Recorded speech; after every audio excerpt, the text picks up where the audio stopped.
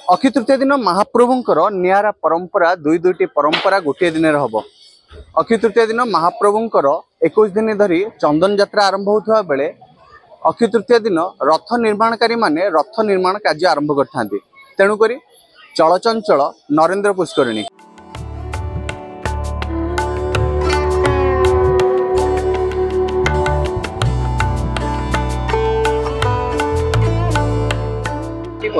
मो ना देवव्रत माणा महाप्रभु नंदीघोषर चित्रकार सेवायित महाप्रभुर चंदन यात्रा चंदन मंडप यही सब महाप्रभुर रंग कार्य कर महाप्रभुर आउ 4 दिन पर महाप्रभु ये विराजमान हे जहाँकि सुंदर यात्रा लक्ष लक्ष कोटि कोटि लोक भक्त ये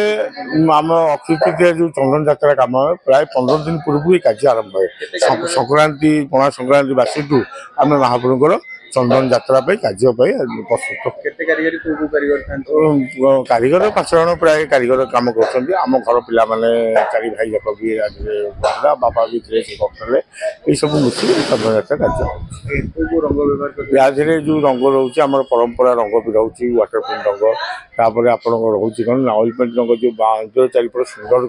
रहा वर्षा पानी पड़े जो जिन नष्ट न हो से रंग भी व्यवहार कर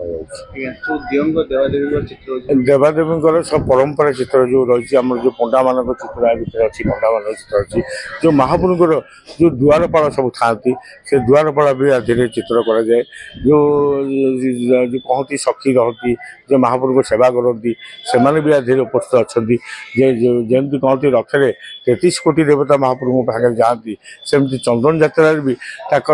जो सब गोपी मान भी आधे उपस्थित था। जय जगन्नाथ मो ना रवि भाई मो भोई सरदार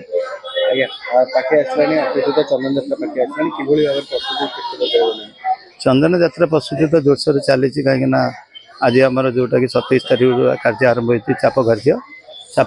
तो प्रथम डंगा तो कहीं पकई सारे बर्तमान आमर धारणा नई सारी डंगा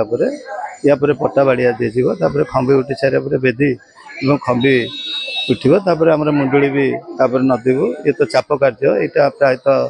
30 तारीख जाए आम ये कार्य चली थाए चाप कार्य 30 तारीख दिन ये आम शेष हो जाए चाप निर्माण कार्य आम सिंहद्वार जोटा कि रथ खलाटी 3 खंड धौरा काठ आम महजुति कर रखी था अक्षय तृतीया दिन में आम सीटी महजुति जो 12 फुटिया काठ रही थाए से दिन भी आम अक्षय तृतीया दिन महाप्रभुंर आज्ञामाला विजयी थाए आज्ञामाला विजयी सारापर आमर रथर संपृक्त सेवक मैंने शाढ़ी बंधे था शाढ़ी बंधे से दिन ठार अनुकूल कार्य करता कि रथ निर्माण कार्य आरंभ होता है। यापर भी आमर जो पंथी छामटिया जोटा कि रथ कला एवं कमारताड़ी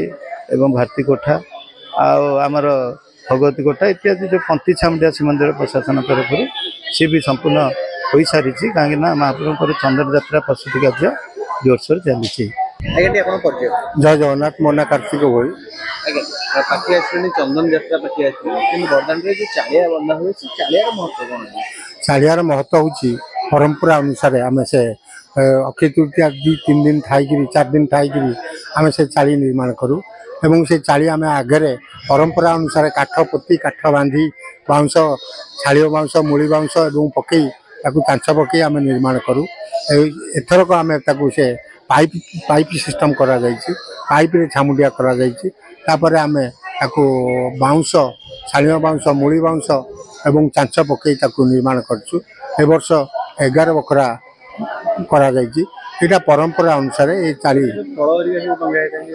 सी अक्षय तृतीया दिन ठाकुर आसवे बोली से गुड़ाक बांद्रामाल एवं फलमूल जी जहाँ पाइला सब बांधती से गुड़ाक सब निजे हाथ खर्च कर बंधा हुए सीटा पंथी भोग से हुए से छामुंडिया तले पंथी भोग हुए से रजांकर पंथी अच्छी ऑफिस भी पंथी अच्छी यही प्रकार से पंथी भोग कराए से 11 बखरा करा परंपरा अनुसार करा अक्षय तृतीया चलचंचल नरेंद्र पुष्करिणी एपटे रथ निर्माण चाली प्रस्तुत कर भोई सेवक माने। पूर्व सरोज कर्मलिंग रिपोर्ट सकाळ न्यूज।